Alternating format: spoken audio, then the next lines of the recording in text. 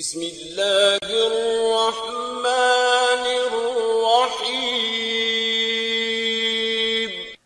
السلام علیکم دوستو، آپ دیکھ رہے ہیں منا بھائی ٹی وی اور میں ہوں آپ کا ہوسٹ ذیشان۔ قدر توقف کے بعد ظہیر شیخ نے کہا، میں آپ کو مجبور نہیں کرتا، لیکن اگر ایسا ہو تو میری نظر میں آپ کی عزت اور بھی بڑھ جائے گی اور میں خود پر فخر محسوس کروں گا کہ میں نے اپنے اصل وطن کے لیے کچھ کیا۔ میرا ایمان ہے کہ آج نہیں تو کل پورا کشمیر ہندوستان سے آزادی حاصل کر کے مادر وطن پاکستان کا حصہ بن جائے گا۔ اللہ رب العزت آپ کی خواہش ضرور پوری کرے گا بھائی۔ میں نے بس اتنا ہی کہنے پر اتفاق کیا۔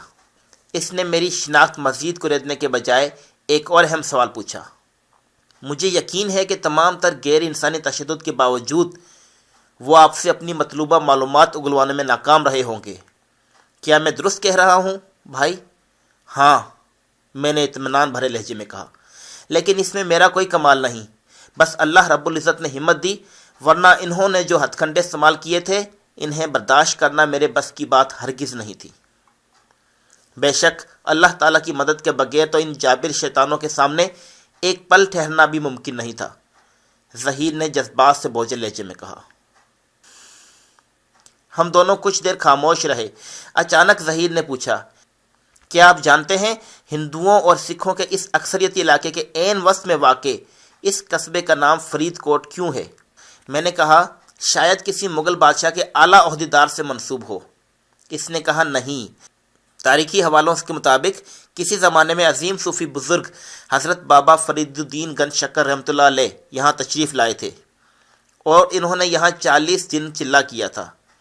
انہی کی نسبت سے یہ قصبہ فرید کوٹ کہلایا۔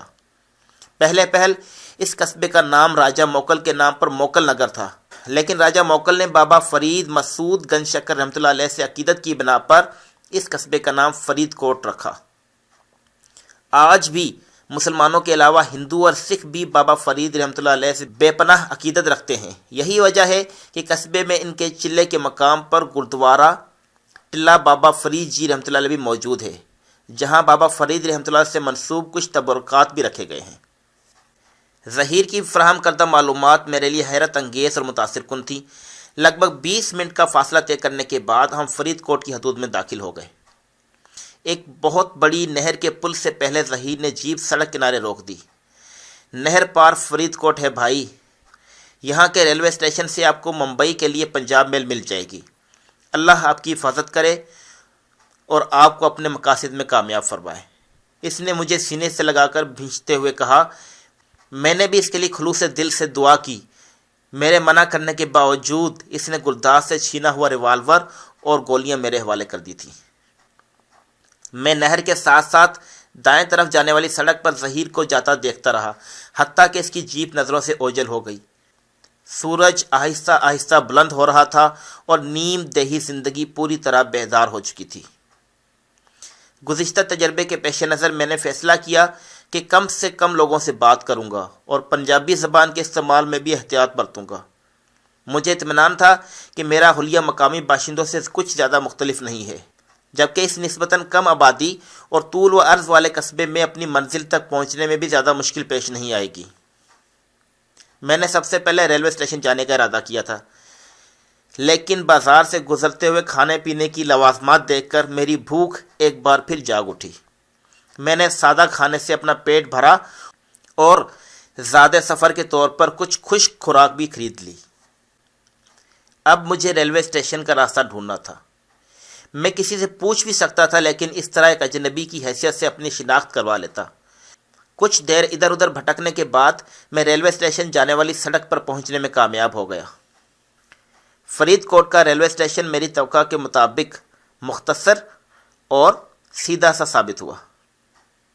میں نے کسی اہلکار سے مطلوبہ گاڑیوں کی معلومات حاصل کرنے کے بجائے ٹائم ٹیبل والے بورڈ کی مدد حاصل کی۔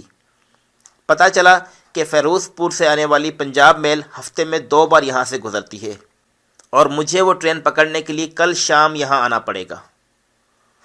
میں نے ظہیر سے بمبئی جانے کا ارادہ ظاہر کیا تھا، تاہم حقیقت یہ تھی کہ میں بکرم سنگھ کی حویلی میں چھپائے ہوئے اپنے نقشے لیے بغیر کہیں جانے کا تصور بھی نہیں کر سکتا تھا۔ اور پنجاب میل کے ذریعے سفر کی 2 ہی وجوہات تھیں۔ پہلی یہ کہ گرداس سنہا والے ناخوشگوار واقعے کی روشنی میں بس کے مقابلے میں ٹرین کا سفر میرے لیے زیادہ محفوظ نظر تھا۔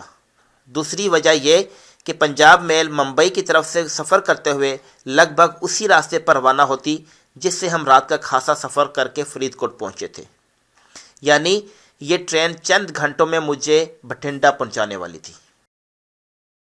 میں چپ چاپ ریلوے اسٹیشن سے نکل کر قصبے کے بازار کی طرف چل پڑا، لیکن اس وقت میرا ذہن ایک اہم مسئلے پر غور کر رہا تھا۔ میں کل شام تک کا وقت کہاں اور کیسے گزاروں؟ ممکن ہے یہاں کوئی سرائے جیسی قیام گاہ موجود ہو، لیکن ایک پردیسی مسافر کا نظروں میں آنا ٹھیک نہیں ہوگا، جبکہ قصبے کی گلی کوچوں میں بلا وجہ بھٹکنے کا نتیجہ بھی یہی ہو سکتا ہے۔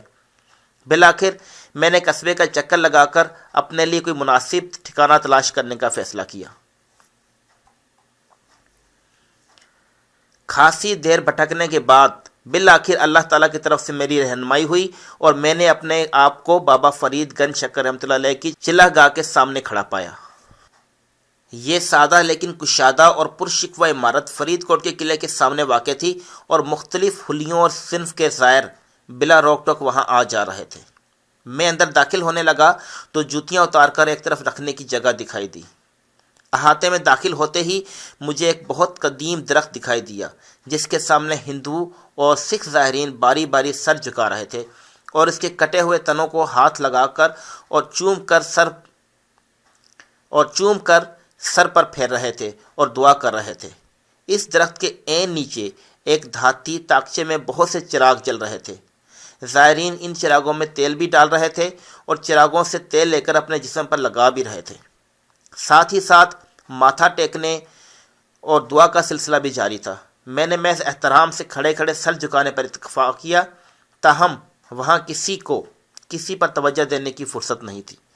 اس دوران عمارت کے اندر سے گرنتھ صاحب کے پاٹ کی گردان سنائی دے رہی تھی۔ میں آراستہ و پیراستہ حال نما کمرے میں پہنچا تو مخصوص حلیے والا سکھ مذہبی پیشوا ایک اونچی چوکی پر براجمان نظر آیا، جبکہ سامنے دیوار میں بڑے سے طاق میں مخملی کپڑے سے ڈھکی کوئی متبرک چیز دکھائی دی۔ زائرین میں سے کچھ طاق میں رکھی اس شے کے سامنے احترام سے گھٹنوں کے بل بیٹھتے تھے تو کچھ ماتھا ٹیک کر عقیدت کا اظہار کر رہے تھے اور ساتھ ہی ساتھ مذہبی پیشوا سے آشیرواد بھی حاصل کر رہے تھے۔ میں قدرے جھجک کر آگے بڑھا اور جھک کر سلام پیش کیا۔ تب مجھے معلوم ہوا کہ طاق میں رکھی ہوئی وہ شے لکڑی کا ایک بڑا سا ٹکڑا ہے۔ میں نے ہٹ کر پیچھے آنے والے زائرین کو آگے بڑھنے کا موقع دیا۔ اس دوران میری نظریں سامنے والی دیوار پر بنی بابا فرید رحمۃ اللہ علیہ کی ایک فرضی تصویر پر پڑی، جس کے نیچے اس عمارت کی تاریخ درج میں نے پڑھنے کی کوشش کی۔ اس تحریر کا مفہوم کچھ یوں سمجھ میں آیا: فرید کوٹ مشہور صوفی بزرگ بابا فرید رحمۃ اللہ علیہ سے منسوب ہے، جو 1215 عیسوی میں دلی سے پاک پتن جاتے ہوئے اس مقام پر ٹھہرے تھے، اور یہاں اس وقت راجہ موکل کی طرف سے قلعہ تعمیر کرایا جا رہا تھا۔ راجہ کے سپاہی یہاں سے گزرنے والے ہر مسافر کو بیگاری بنا کر قلعے کی تعمیر میں حصہ لینے پر مجبور کر رہے تھے۔ انہوں نے بابا فرید رحمۃ اللہ علیہ کو بھی مزدوری کرنے پر مجبور کر دیا اور گارے سے بھری تگاری تسلا ان کے سر پر رکھ دیا، لیکن وہ یہ دیکھ کر حیران رہ گئے کہ مزدوری کے دوران بابا فرید رحمۃ اللہ علیہ کے سر پر رکھی تگاری ان کے ہاتھ لگائے بغیر سر سے کچھ اوپر ہوا میں تیر رہی تھی۔ سپاہیوں نے اس کرامت کے مشاہدے کی اطلاع راجہ موکلر تک پہنچا دی۔ یہ سن کر راجہ خود بابا فرید رحمۃ اللہ علیہ کی خدمت میں حاضر ہوا اور گستاخی کی معافی مانگی اور اپنی ریاست کے لیے خوشحالی کی دعا کروائی۔ اس کے ساتھ اس ریاست کا نام فرید کوٹ رکھ دیا۔ یہ متبرک درخت کی وہ شاخ ہے جس سے بابا فرید رحمۃ اللہ علیہ نے اپنے گارے سے لتھڑے ہاتھ پونچھے تھے۔ یہ سب میرے لیے خواب کی مانند تھا۔ اس کے ساتھ ہی مجھے اپنے دل میں سکھ قوم کے لیے بیٹھی نفرت کچھ پھیکی پڑتی محسوس ہوئی۔ وہ رات اور اگلے دن کا بیشتر حصہ میں نے اسی مقدس مقام پر گزارا، جہاں کسی نے مجھ سے کوئی سوال جواب کرنے کی زحمت نہیں کی، بلکہ بغیر مانگے لذیذ کھانا اور طرح طرح کے پرشاد بھی مجھ تک پہنچتے رہے۔ ایسے میں مجھے اپنی تحویل میں ایک ہلاکت خیز آتشی ہتھیار کی موجودگی پر شرمندگی کا احساس ستاتا رہا۔ اگلے روز شام سے ذرا پہلے میں نے ریلوے اسٹیشن کا رخ کیا۔ اس وقت وہاں اچھی خاصی تعداد میں مسافر نظر آئے۔ میں نے بٹھنڈا کا سب سے نچلے درجے کا ٹکٹ خریدا اور پلیٹ فارم کے ایک سرے پر نصب آہنی بینچ پر بیٹھ کر پنجاب میل کا انتظار کرنے لگا۔ شام ڈھلنے کے ساتھ ہی سردی کی شدت میں اضافہ ہونے لگا تھا۔ میں نے دیہاتی طرز کے کھیس میں خود کو اچھی طرح لپیٹ لیا جو میں نے فرید کوٹ کی ایک دکان سے خریدا تھا۔ میں چور آنکھوں سے پلیٹ فارم کے گیٹ پر تعینات اور ادھر ادھر گشت کرنے والے 3 سنتریوں کی نقل و حرکت کا جائزہ لے رہا تھا، لیکن وہ محض وقت گزاری کے موڈ میں دکھائی دے رہے تھے۔ پنجاب محل پہنچنے تک رات کا پہلا پہر شروع ہو چکا تھا۔ ٹرین جیسے ہی پلیٹ فارم پر پہنچی وہاں ہلچل سی مچ گئی۔ مجھے پتا تھا کہ فرید کوٹ پر چند منٹ کا ہی اسٹاپ ہے، چنانچہ میں تیزی سے اپنے درجے والے پہلے ہی ڈبے کی طرف لپکا۔ میں نے ٹرین میں داخل ہونے کے لیے دھاتی سیڑھی پر قدم رکھا ہی تھا کہ ایک ادھیڑ عمر سردار جی سے ٹکراتے ٹکراتے بچا، جنہوں نے ایک کاندھے پر ایک بکسا اٹھا رکھا تھا اور ان کی بغل میں ایک چرمی بیگ دبا ہوا تھا۔ میں نے پیچھے ہٹ کر پہلے انہیں ٹرین میں سوار ہونے کا موقع دیا۔ پتہ چلا کہ ان کی اہلیہ بھی ہمراہ ہیں، جو کہ اپنے بھاری بھرکم جثے کی وجہ سے ان سے کئی گز پیچھے چل رہی تھی۔ میں نے انہیں بھی اپنے خاوند کے پیچھے پیچھے ٹرین میں سوار ہونے کا موقع دیا، لیکن اپنے پاس موجود ایک بڑی سی گٹھڑی کی وجہ سے سیڑھیاں چڑھنا ان کے لیے آسان نہیں تھا۔ میں نے مدد کے لیے ہاتھ بڑھایا تو انہوں نے وہ گٹھڑی مجھے تھما دی اور ہانپتے کانپتے سیڑھیاں چڑھنے کے جتن میں لگ گئیں۔ اگر سردار جی ہاتھ بڑھا کر انہیں سہارا نہ دیتے تو ٹرین کی روانگی تک ان کا سوار ہونا مشکل تھا۔ بالآخر وہ مشکل مرحلہ سر ہوا تو میں بھی ان کی گٹھڑی سمیت ٹرین میں سوار ہو گیا۔ اسی اثنا میں گاڑی سیٹی دے کر دھیرے دھیرے رینگنے لگی تھی۔ وہ سکھ جوڑا اپنی نشستوں والے ایک حصے پر قبضہ جما چکا تھا۔ میں نے دیکھا کہ خاتون ابھی تک سانس درست نہیں کر پائی ہیں اور سرد موسم کے باوجود سردار جی کی پیشانی پر بھی پسینہ چمک رہا ہے۔ مجھے اپنی طرف آتا دیکھ کر انہوں نے گرم جوشی سے میرا خیر مقدم کیا۔ آجا بھائی جوانا، ایتھے ساڈے کول ہی بہ جا، تو ساڈا بڑا ساتھ دیتا ہے، سردار جی نے میرا شانہ تھپ تھپاتے ہوئے کہا۔ سردارنی بھی آنکھوں میں ممنونیت لیے مسکرا رہی تھی۔ میں نے بھی محض مسکراتے ہوئے سر ہلانے پر اکتفا کیا اور ان کی گٹھڑی حوالے کرتے ہوئے سردار جی کی ساتھ والی نشست سنبھال لی۔ اب سردار جی اور ان کی اہلیہ کے درمیان سامان زیادہ ہونے پر ہلکی پھلکی جھڑپ ہو رہی تھی۔ میں کنی بار آکھیا ہے، لاجو جی 5-6 ਦਿਹਾੜੇ ਲਈ انہیں سارے کپڑے لے جان دی کی لوڑ ہے، پر تینوں سمجھ آوے تے گل ہی بن جاوے۔ لاجو بی بی نے پٹاخ سے جواب دیا، تسی اپنی ہوشیاری اپنے کول رکھو جوگندر سرکار، ویاہ دا اوسر ہے، روز ایک نواں جوڑا نہ پاواں تے تہاڈی برجائیاں پیچھے کھلی اڑان گیاں، میرا تے کچھ نہیں، تہاڈی عزت مٹی وچ مل جانی ہے۔ جوگندر جی نے اپنی بات پر زور دینے کی کوشش کی۔ لاجو جی اپنے موقف سے ٹس سے مس نہ ہوئیں، تاہم ان دونوں کی لڑائی میں محبت اور احترام نمایاں تھا۔ اپنی بیگم پر کوئی بس نہ چلتے دیکھ کر جوگندر جی نے مجھ سے انصاف طلب کیا۔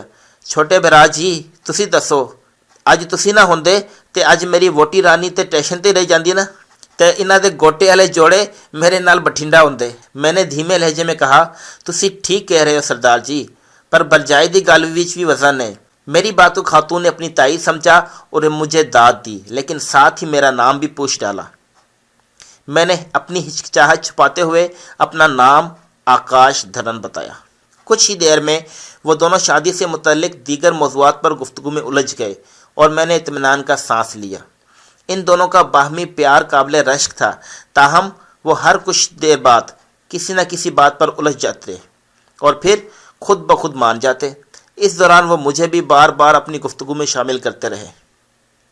ان کے اصرار پر مجھے کھانے میں بھی ان کے ساتھ شریک ہونا پڑا۔ اس دوران میری نظریں ٹرین میں باہر کے مناظر پر جمی ہوئی تھیں۔ میری دلچسپی محسوس کرتے ہوئے ان میاں بیوی نے کھڑکی کے ساتھ والی نشست میرے حوالے کر دی تھی۔ فرید کوٹ سے روانگی کے لگ بھگ آدھے گھنٹے بعد ٹرین 2 منٹ کے لیے کوٹ کپورہ کے ریلوے اسٹیشن پر رکی اور مسافروں کی ایک چھوٹی سی ٹولی سوار ہوئی۔ مزید آدھے گھنٹے بعد ایک اور چھوٹا سا اسٹیشن آیا۔ 2 منٹ کا اسٹاپ تھا، جس کا نام میں صحیح طرح پڑھنے میں ناکام رہا۔ میں ابھی تک خطرے والی کوئی بات نہیں بھاپ سکا تھا، تاہم جیسے جیسے بٹھنڈا قریب آ رہا تھا میرا اضطراب بڑھ رہا تھا۔ ایک ساتھ خفیہ پولیس کے 5 اہلکاروں کی ہلاکت کوئی معمول کی بات نہیں تھی۔ دلی تک کھلبلی مچ گئی ہوگی، جانے کیا کیا ہنگامی انتظامی سرگرمیاں کی جا رہی ہوں گی۔ اس خون خرابے کو یقیناً میری گرفتاری اور فرار سے جوڑا گیا ہوگا اور میری تلاش زور و شور سے جاری ہوگی۔ میں ایک طرح سے سیدھا موت کے پھندے میں جا رہا ہوں، کیونکہ اس شہر کے بہت سے لوگوں نے مجھے بغور دیکھا ہے۔